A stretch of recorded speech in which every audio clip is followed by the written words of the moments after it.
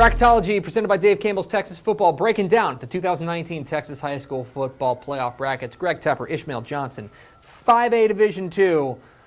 It feels like there's like a favorite, a big favorite. We'll get to them in just a second, but we'll start with Region 1 where, shrug? I guess you look at Lubbock Cooper, right? But, I mean, golly, every year we ask, when's a Valley team breaking through, when's an El Paso team breaking through?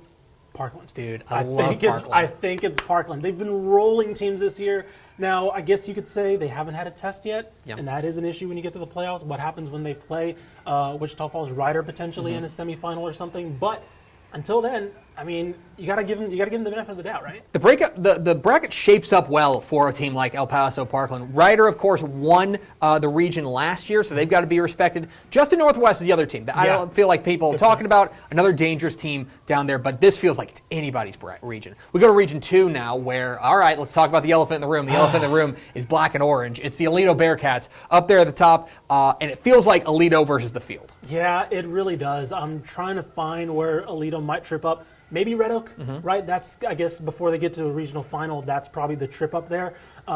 Frisco, great story there with Harbert coming in, taking over for Vance Gibson, and turning that program really rapidly around, installing new things on offense.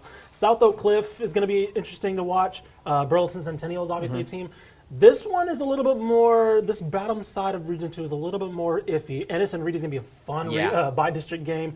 I don't know who I want to pencil in right now as coming out of that bottom region, but, I mean, eventually it's going to run through Alito. It has to run through Alito. I will say Midlothian gave them their biggest challenge to date. And the other thing, I mean, I really like Ennis. I think that's a team that's flying under the radar. Sam Harrell doing an outstanding job there. Let's flip over to the other side of the bracket to Region 3, where, I mean, it's kind of the opposite, right? Where it's like, boy, howdy, there's contenders and contenders all over the place. Yeah, you look at that bi-district matchup between Marshall and Huntsville. That didn't happen until round 4 last year. We're getting that in the bi-district game, which is crazy.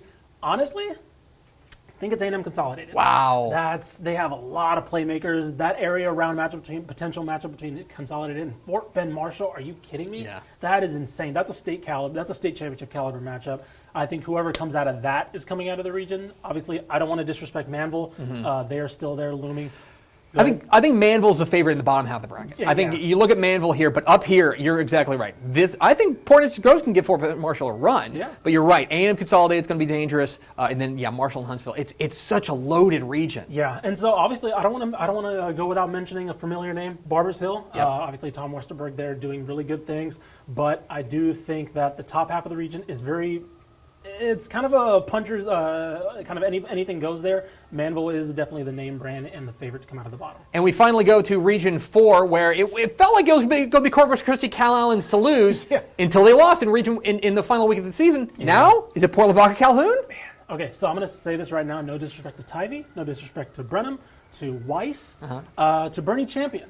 Everybody get out the way. I want to see Cal Allen and Calhoun in this region final again, because it was 17-6. That game is going to be like an hour and a half long. It's going to be 500 yards all on the ground. But no, with all due respect, Tyvee's going to have a chance. Brenham has a chance. Weiss, 0-10 last year. They have a chance. Sherryland Pioneer, again, we're looking at those Valley schools. It's like, where's that contender come from that can make a run? Sherryland Pioneer has a lot of playmakers. They can make a run. This is going to be fun, but I do eventually think it's Cal Allen or maybe Tybee if they upset Cal Allen in the area round.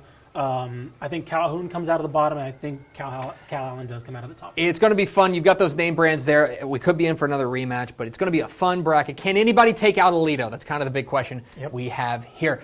Of course, we're going to be breaking it down at TexasFootball.com, so check that out for complete coverage of the high school football playoffs.